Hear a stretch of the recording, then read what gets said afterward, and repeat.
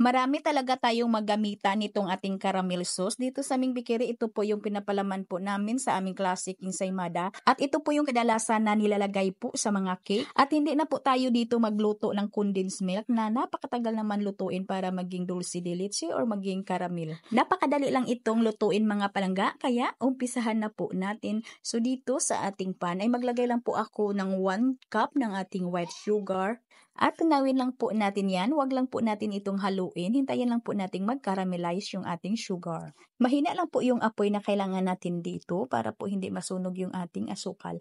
Ayan, at nang natunaw na po yung ating asukal ay pwede na po natin itong haluin at pagkatapos ay ilagay na po natin dito agad yung ating 2 tablespoon ng ating margarine. Pwede talaga tayong gumamit dito mga palangga ng butter. Ayan, haluin lang po natin yan at ilagay na po natin dito yung 1 can ng condensed milk at isunod na din natin ditong ilagay yung ating 2 cups ng evaporated milk. At magtira lang po ako dito ng half cup ng ating evaporated milk kasi dito po natin tutunawin mamaya yung ating 4 tablespoon na cornstarch.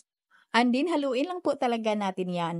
Make sure po talaga natin na matunaw natin yung kunting nabuo na caramel sugar. Ayan, haluin lang po talaga natin at scrape po natin yung mga bandang gilid ng ating pan.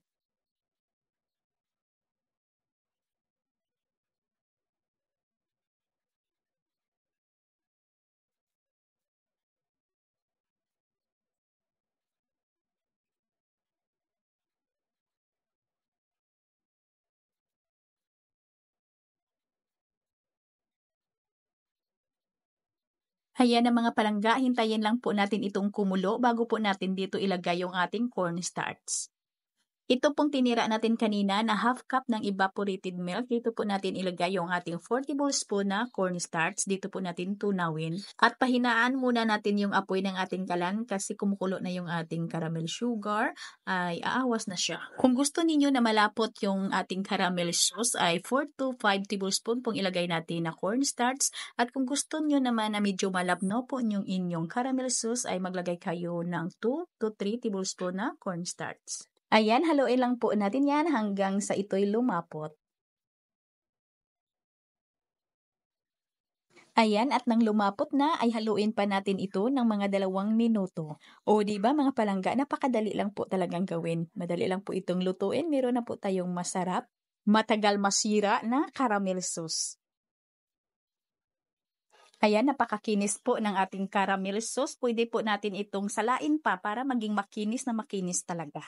At ilagay po natin ito sa ating chiller at pwede din na gamitin na natin ito agad. Depende po sa process na paggagamitan po ninyo dito. Yun no, napakaganda ng consistency ng ating caramel sauce. Sana may natutunan, sana nagustuhan po ninyong ating video for today. Ito pong inyong lingkod, Kainday Tinapay. Maraming salamat at bye-bye!